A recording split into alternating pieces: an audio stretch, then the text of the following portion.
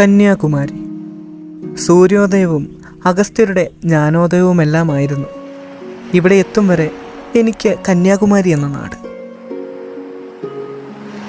എന്നാൽ ഇപ്പോൾ എനിക്കറിയാം, കന്യകയായി കടല് കാത്ത തൻ്റെ നഷ്ടപ്രണയത്തിനു വേണ്ടി കാത്തിരുന്ന കന്യാദേവി എന്ന പെണ്ണിൻ്റെ നാട് കൂടിയാണിത്.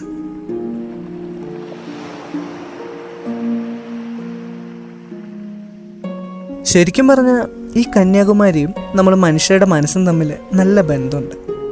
അതായത് രണ്ടിടത്തും പുതിയ തുടക്കങ്ങളുടെ ഉദയവും കാണാം, അതുപോലെ തന്നെ ചില നല്ല സ്വപ്നങ്ങളുടെ അസ്തമയവും കാണാം. ദെൻ നമുക്ക് യാത്ര തുടങ്ങാം ഈ കന്യാകുമാരിയിൽ നിന്ന്.